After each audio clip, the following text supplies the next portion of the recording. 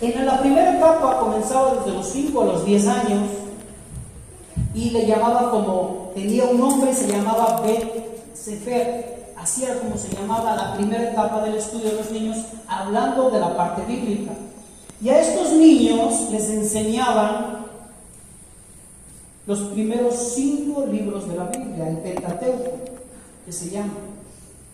Los niños tenían que aprenderse desde la primera palabra hasta la última, de memoria, como aprenderse el himno nacional en aquel entonces. Ya va a entender luego por qué razón. Eran tan estrictos en los estudios. Dígale que no estoy, por favor. Entonces, en aquel tiempo, había eso de por medio que los niños siempre empezaban a aprender desde temprana edad. Y eran a rajatabla lo que les enseñaba, tanto en lo que tiene que ver con las materias, pero sobre todo la Torá, la Biblia. Y tanto era lo que aquellos maestros enseñaban a los niños, que cuando la primera materia que les enseñaban de la Biblia, dice que le ponían la Biblia ahí y les empezaban a leer, y el niño se iba grabando, y al momento que estaba comenzando a leer el niño, el que estaba ahí enseñándole, el maestro le hacía pasar su dedo en una vasija de miel, pasaba su dedo en una vasija de miel y le hacía saborear al niño. Y el maestro le decía lo siguiente: que la Torá sea tan dulce para tu alma como esta miel es para tus labios. Era tanto ese amor por la Torá, por la Biblia que nosotros hicimos hoy en día, que desde temprana edad no era solamente que les hacían oír o ver, sino relacionaban con la miel y les hacían probar para que cojan gusto por las cosas de Dios. Ahora usted va entendiendo lo profundo que era en aquel entonces. Después de eso pasaban, si los niños pasaban esa etapa y se aprendían los primeros 5 libros de la Biblia, pasaban a una segunda etapa, que ya comenzaba desde los 10 a los 15 años. Y esta tenía por nombre Bet Talmud. En esta etapa bíblica ellos aprendían lo que tenía que ver con el Pentateuco y aprendían lo que tenía que ver con los salmos, los proverbios, los profetas mayores, los profetas menores. Y tenían que aprenderse todo. Y se dice que tenían que aprenderse como usted y yo sabemos el himno nacional. Así. Ya va a entender por qué. Entonces, yo me decía, si a veces se nos hace difícil aprender el versículo que el pastor nos manda, imagínense en aquel entonces. ¿Verdad? Ahora entendemos un poquito más, o vamos a ir entendiendo por qué razón las personas judías realmente son muchísimo más espirituales. Porque no solamente estaba acá.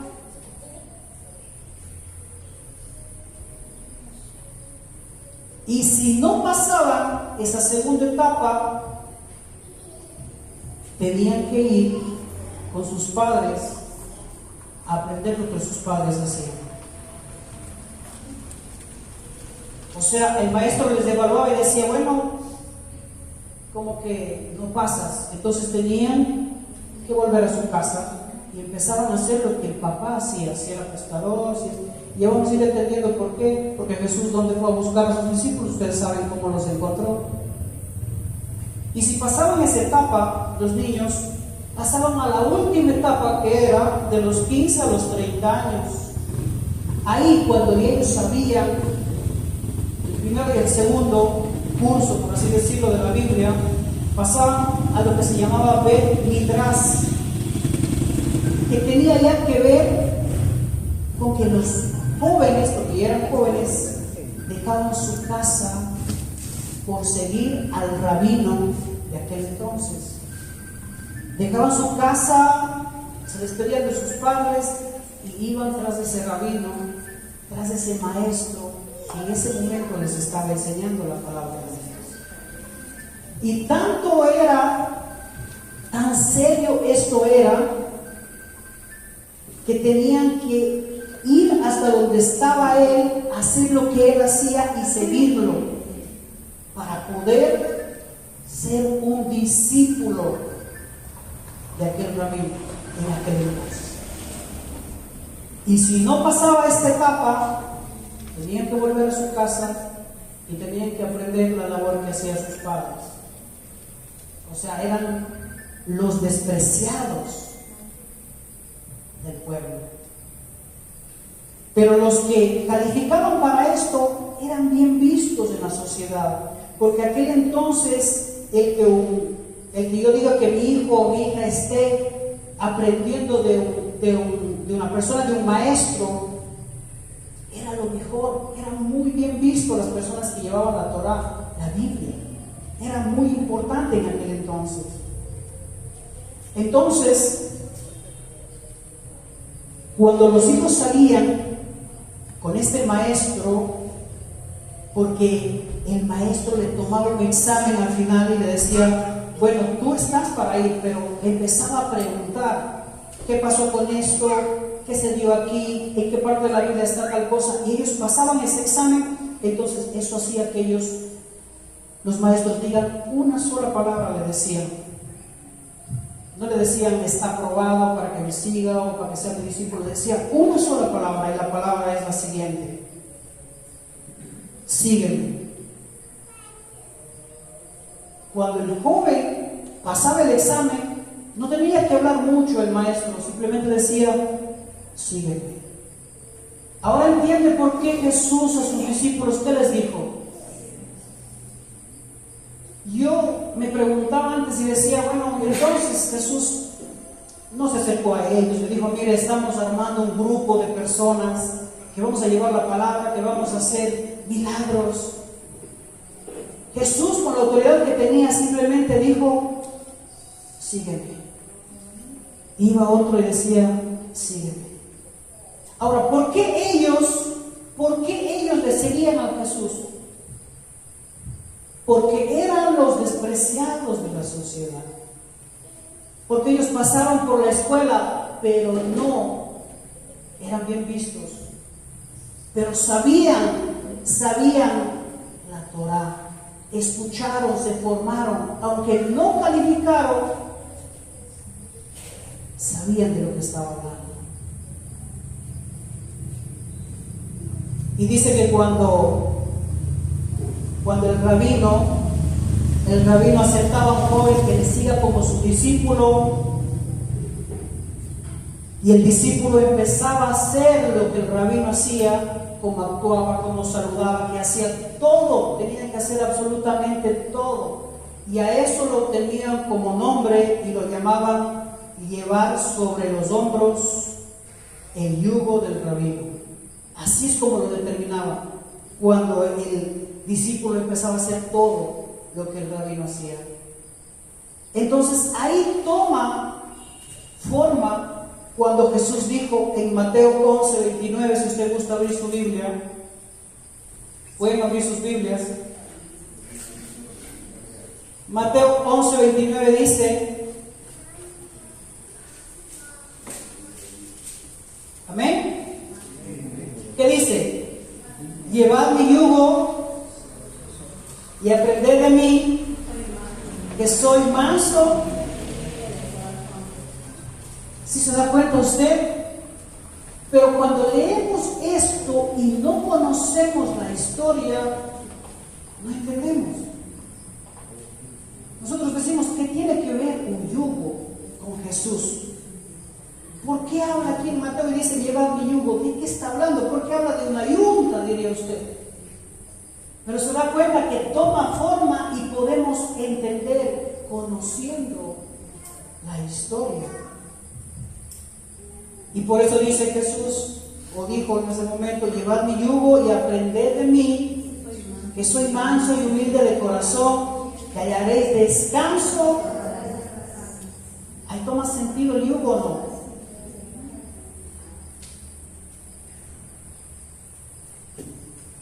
Entonces vemos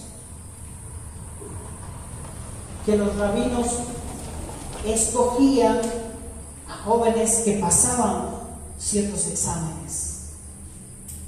Hasta ahí con la historia. Pero hoy le quiero hablar, o le quiero recordar de un rabino llamado Jesús. Y se preguntaba usted, ¿por qué la gente no creía en él? ¿Por qué no creyeron en él? Porque él vino a romper de alguna forma el criterio humano en aquel entonces. Para la gente en aquel entonces, el que pasaba el examen era el bien visto, era el que le levantaban y le decían: el rabino se formó con tal persona y está calificado. Pero ¿por qué razón Jesús fue con los que estaban descalificados? ¿Y por qué tengo que decir descalificados? Por lo siguiente: ¿dónde estaba Pedro cuando Jesús fue a buscarlo? ¿En qué parte estaba Pedro? ¿Dónde estaba? ¿Qué se encontraba haciendo? ¿Se da cuenta? Vemos la misericordia de Dios desde entonces con las personas, en aquel entonces hablando de los discípulos. Ellos estaban en un lugar donde pertenecían estar, donde deberían estar, porque no calificaron. Pero no es lo que el mundo diga, no es lo que las personas digan, es lo que Dios ve en usted y vio en Pedro. Se va en contra de lo que hacía. Es por eso que en aquel entonces no creían en Jesús. No le querían hacer caso. Porque ellos decían: lo normal es que sea un rabino, y que si tienen discípulos, que sean lo mejor de lo mejor. Pero Jesús fue por los que estaban enfermos, tenían graves problemas. ¿Por qué razón? Pedro, ¿cuál era el problema de Pedro? Era un hombre impulsivo. Y usted sabe que le cortó una oreja y todo lo demás. Siempre era impulsivo. Pero sin embargo, Jesús le escogió. Pero tenía un pero. A menudo era impulsivo, como decíamos, y a menudo actuaba sin pensar. Ese hombre era Pedro. Si nombramos a una mujer, Marta, ¿qué estaba haciendo Marta? ¿En qué estaba preocupada Marta cuando el Señor llegó a visitarles? Estaba cocinando, ¿verdad? Jesús llega y Marta, lo principal: voy a hacer unas empanadas, voy a hacer una comida, porque Jesús está aquí. Pero María, ¿qué hizo? Y todos así estaban con problemas. Saqueo, cuando Jesús va a Saqueo, ¿qué problema tenía Saqueo? Aparte de eso no era mucho problema. Era un hombre corrupto, porque cobraba impuestos. Pero sin embargo Jesús se fue a su casa. Entonces por eso mucha gente en aquel entonces no creía en el maestro,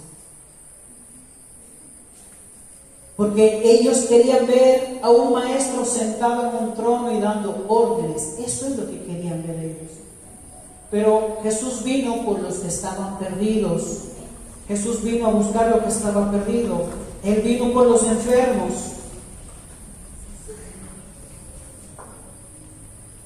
Cuando Jesús fue a visitar a Lázaro, Lázaro que estaba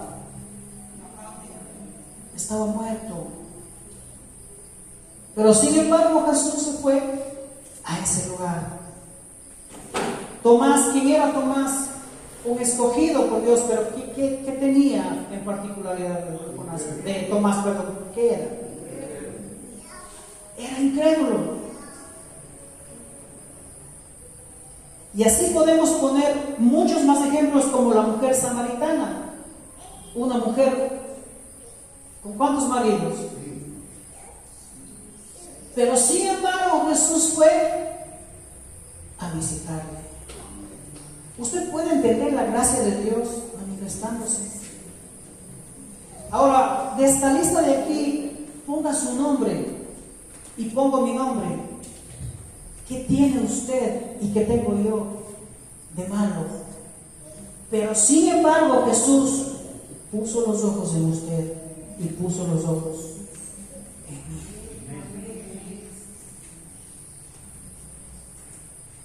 No es motivo de darle gracias a Dios, tanta gracia, tanta misericordia para con cada uno de nosotros.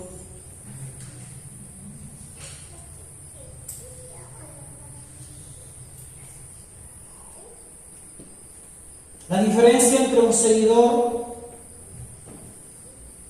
es que un seguidor busca un beneficio propio. Y como dijo nuestra hermana, muchas personas seguían a Jesús en aquel entonces. Le seguían. Jesús tenía seguidores, pero Él no estaba buscando seguidores. Él estaba buscando hacer discípulos. Ese era lo que estaba Él tratando de hacer. Pero vemos en la Biblia que cuando Jesús se da la vuelta y les dice a la multitud: ustedes me siguen solamente por la comida. Los seguidores están buscando solamente un beneficio, que me ayuden, que me den, cuando hagan algo para yo estar ahí, para ser beneficiado. Esos son los seguidores. Pero Jesús lo que está queriendo en este tiempo y en ese tiempo lo que quería es hacer discípulos. Por eso dice: vayan por todo el mundo y hagan ¿qué? Discípulos.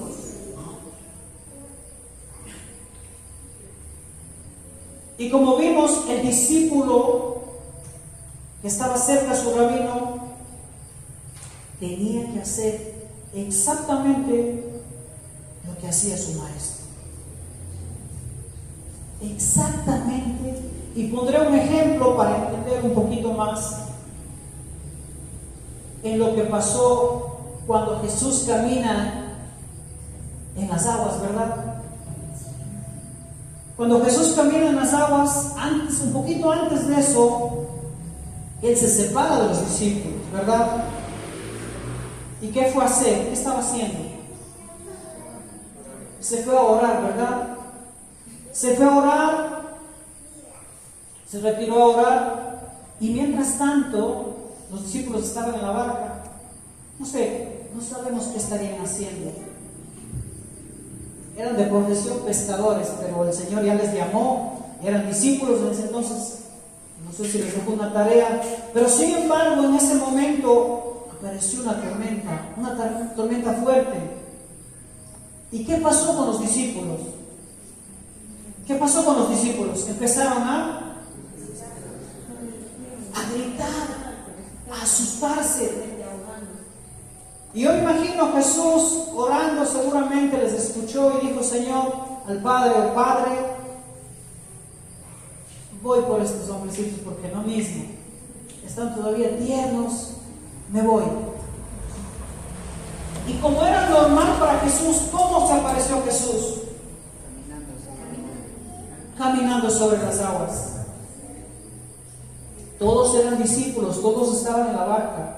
Pero aquí vamos a diferenciar de los que se volvieron en ese momento seguidores y del que verdaderamente fue discípulo. Y todos empiezan a hablar en ese momento y dicen: un fantasma.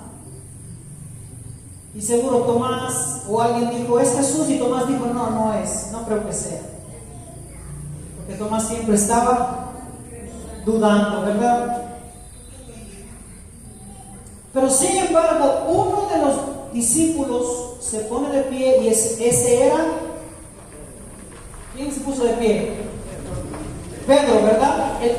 Para hablar con Jesús. Pedro dice, ¿qué dice Pedro? si eres tú, si tú eres mi rabino, si tú eres el que hace 2 meses nos escogiste, permite que yo vaya hacia ti. Entonces, los otros, ¿qué estarían pensando? Quizás Tomás, aquí se ahogó no va para más, aquí se ahogó. Pero sin embargo, Pedro salta de la barca y empieza a caminar, ¿verdad? Ese era un discípulo y los demás eran seguidores en ese momento.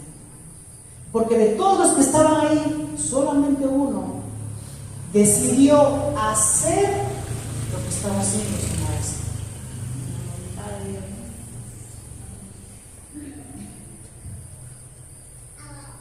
Entonces podemos entender lo que es ser un discípulo, es aparecernos a nuestro maestro cada día más. Ser hijos de Dios implica aparecernos a Él cada día más. Y yo personalmente reconozco que me falta más aparecerme a Él. No sé usted. Pero cuando lleguemos a la presencia de Dios, el Señor no nos dirá: ¿por qué no te apareciste a tal persona? Sino dirá: a Jesús, el ejemplo perfecto.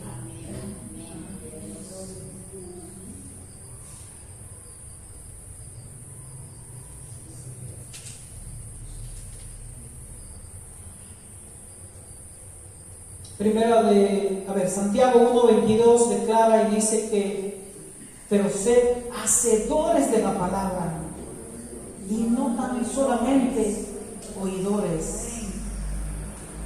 Los seguidores son oidores. Por eso no podemos nosotros decir: voy a oír la palabra de Dios, me voy a la iglesia a oír la palabra de Dios. Nos vamos a la iglesia a aprender de la palabra de Dios y luego voy a practicar la palabra de Dios. Cuando usted es un seguidor o alguien es un seguidor, siempre va a estar listo a escuchar, a darle like, pero no va a tener la firme convicción de compartir ese mensaje. Tiene miedo que el vecino le vea en su Facebook: ay, es que compartió una prédica ese hermano. No esta prédica, cualquier prédica. Un seguidor es que de lejitos le ve, entra en su perfil y ve qué está haciendo la hermana, qué está haciendo el hermano, pero sin embargo no tiene la madurez ni la convicción. No es un discípulo porque no se atreve a compartir ese mensaje. Porque ser discípulo, más allá de aparecernos más a su maestro, es pagar el precio de la vergüenza, el desprecio. O no es que muchas personas, incluso nuestras familias, nos desprecian por seguir a Cristo. Ese es el precio que tenemos que pagar. En aquel entonces los pobres tenían que pagar un precio alto, y era dejar su casa, su familia, por seguir a su rabino. Y como todos los discípulos en aquel entonces anteriormente no calificaron, fue de gran gozo para ellos que Jesús, después de que el mundo, la gente le dijo: no, ustedes no califican, vayan a ser pescadores, vayan a cobrar impuestos, Jesús venga y diga: sígueme. Qué valor tan grande Jesús dio a aquellos hombres. Por eso es que ellos no reprocharon en el momento que Jesús dijo: sígueme. Pero soy cobrador de impuestos. No, nada. Dejó y le siguió. Yo veo a Pedro, seguramente tenía 3, 4 redes en su barca, pero en el momento que Jesús le dijo: sígueme, le siguió, sin importar las redes, sin importar la barca. Lucas 6:46: ¿por qué me llamáis Señor, Señor, y no hacéis lo que yo digo? Muchas personas: Señor, Señor, Señor, pero no hacen lo que el Señor dice. Seguidores nada más, no discípulos, seguidores. Mateo 7:21: no todo el que me dice Señor, Señor entrará en el reino de los cielos. No se trata de saber se trata de tener elocuencia, de saberse la Biblia de la pasta a pasta. Se trata de parecernos más a Él. Cada día más.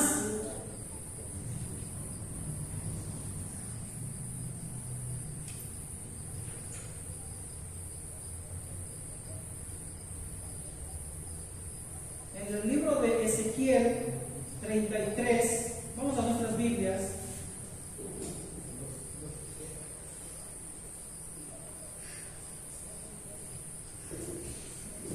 En el libro de Ezequiel 36, ¿qué les dije el número?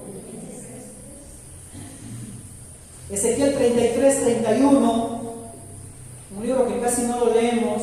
Miren lo que dice.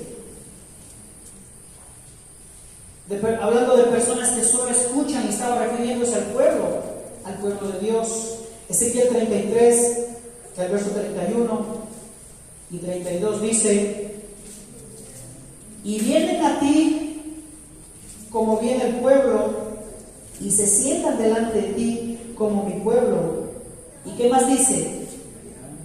Y oyen tus palabras, pero no las ponen por obra.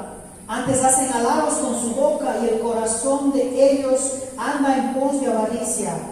He aquí que tú eres a ellos como un cantor de amores, hermoso de voz y que canta bien. Y oirán tus palabras, pero no las pondrán por obra. Escuchar la palabra de Dios con agrado. Qué bueno, amén, qué bueno, lindo versículo, poderoso versículo, pero sin embargo no pasa de ahí. Eso nos hace ser seguidores nada más. Amén. Pero ser discípulos es que esa palabra trabaje en mi vida, cada día, cada momento. El discípulo verdadero requiere de acción y no solamente de admiración. ¡Ah, qué bueno! ¡Qué lindo! Están predicando. Pero de ahí, ¿qué pasa? A la acción. A la acción. Por eso Jesús dijo: sean hacedores de la palabra y no tan solamente. Siempre Jesús estaba dándonos esos consejos, y ahora lo entendemos mejor. ¿Por qué razón? Porque sus discípulos tenían que hacer lo que su maestro hacía.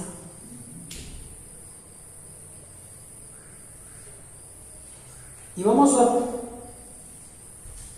a terminar en esta noche leyendo en San Lucas, el capítulo 14. Lucas 14,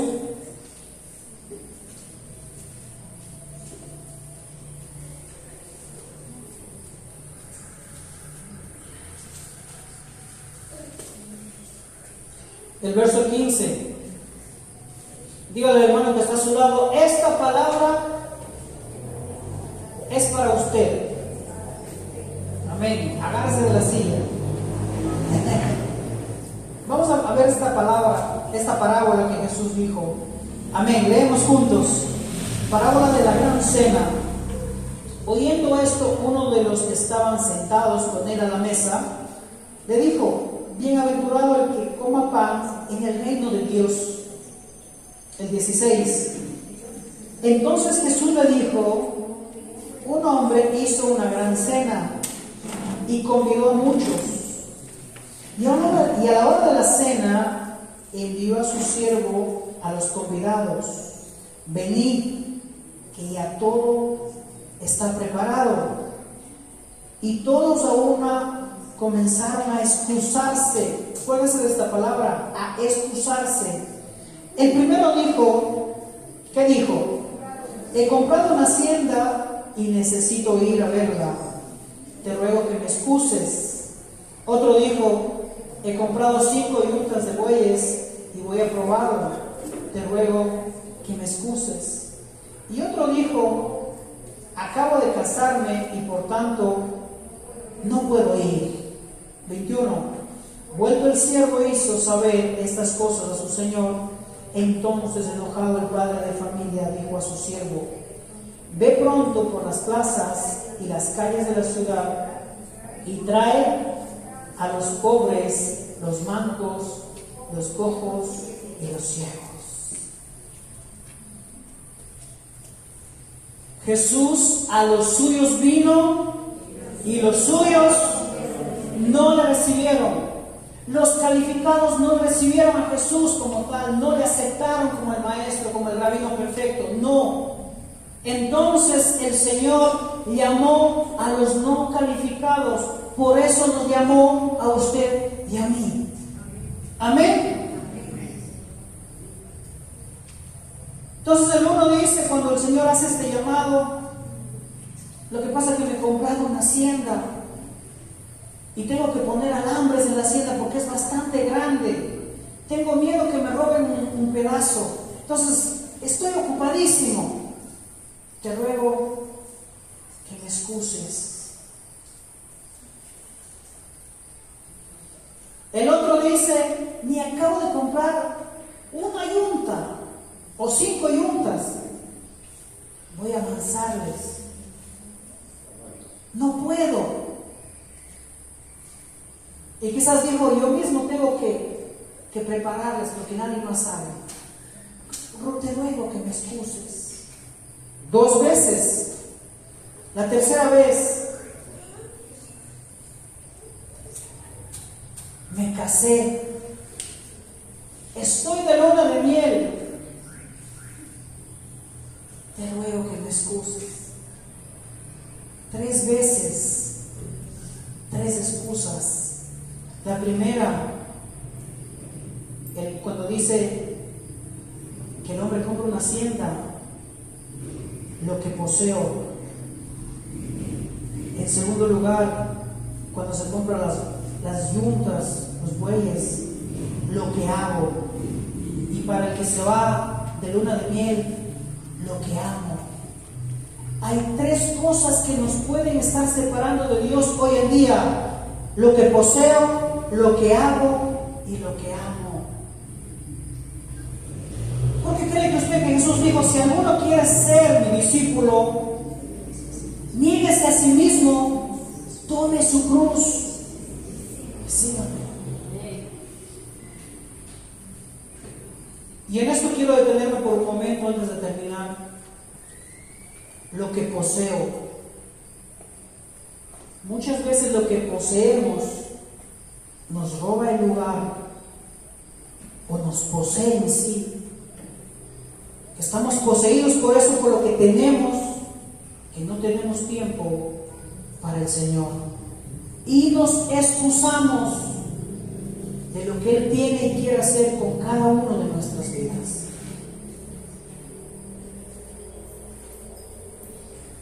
Lo que hago, estoy ocupado, no tengo tiempo.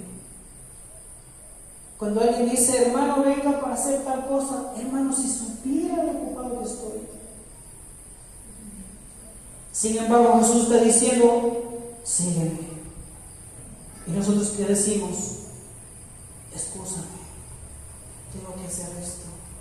Y cuando querían seguir a Jesús, recuerdan ustedes, para no leer y alargarme mucho, déjame enterrar a mi padre que acaba de fallecer.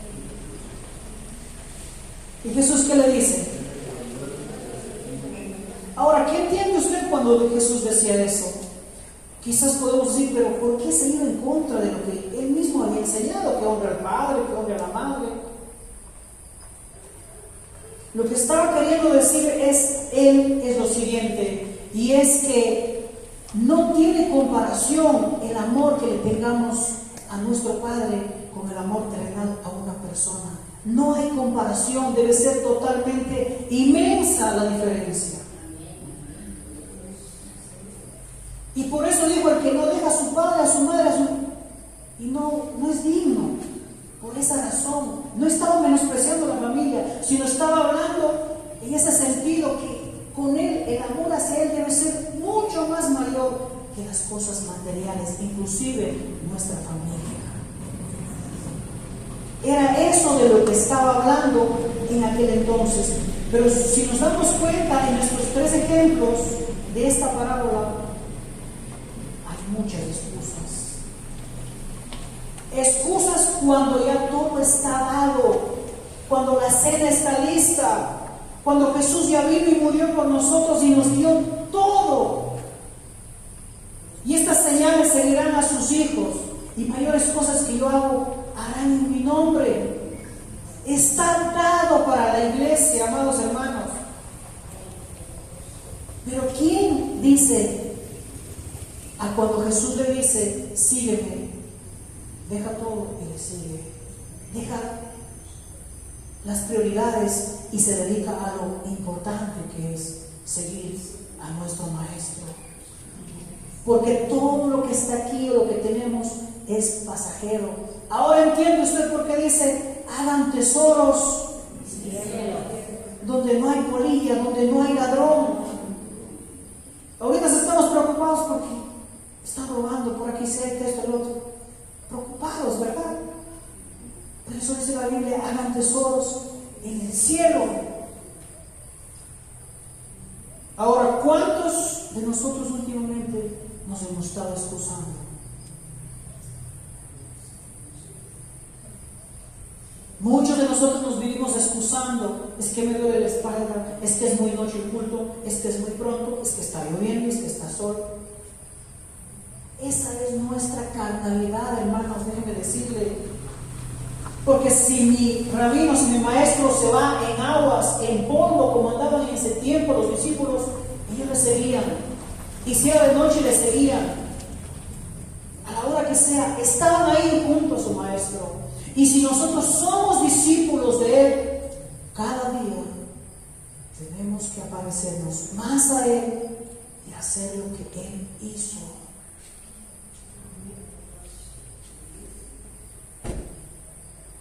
Anota esta frase. La excusa que tienes hoy te puede hacer perder la oportunidad de tu vida. ¿Ha escuchado usted esa frase que dice, a veces hay una sola oportunidad en la vida? Una sola vez pasa el tren. Y si usted no se sube, se quedó. En este tiempo Jesús nos está hablando y nos está diciendo que tiene algo maravilloso con su vida. Y le está diciendo en esta noche,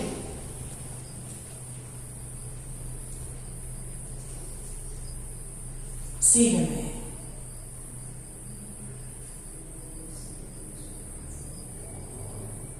Juanito, ¿puede venir un momento? Venga. Pásame lo que está ahí. Párese aquí, por favor, Juanito, párese aquí. Pásame las mochilas que están ahí. Quiero que entienda algo en esta noche. Pongan la más pastor. Todo lo que está ahí.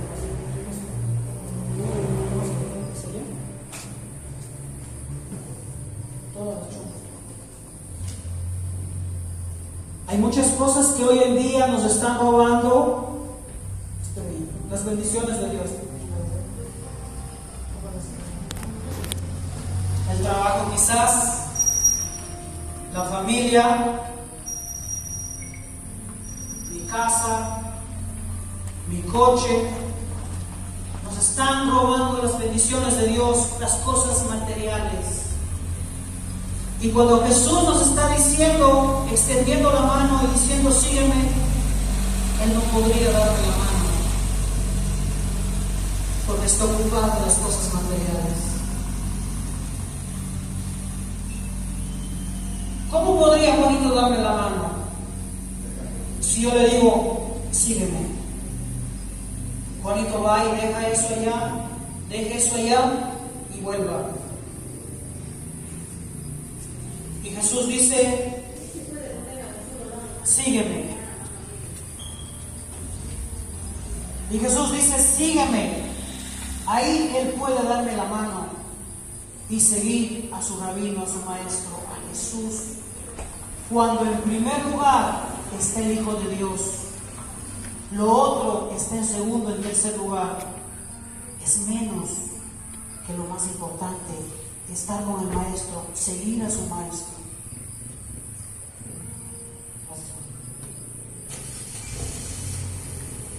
En esta noche le pregunto a usted y nos preguntamos todos, ¿qué le está robando la bendición? ¿Puede ponerse de pie, por favor?